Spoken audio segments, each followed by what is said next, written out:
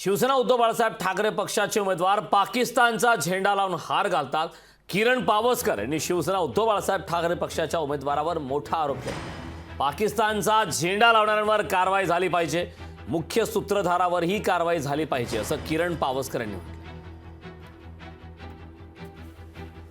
आमच्या इकडे एका मिरवणुकीमध्ये हार घालताना युबीटीच्या उमेदवाराला त्याच्यावर पाकिस्तानचा झेंडा लावताय आणि तुम्ही हार घालताय, यांच्यावर कारवाई कधी करणार आहात?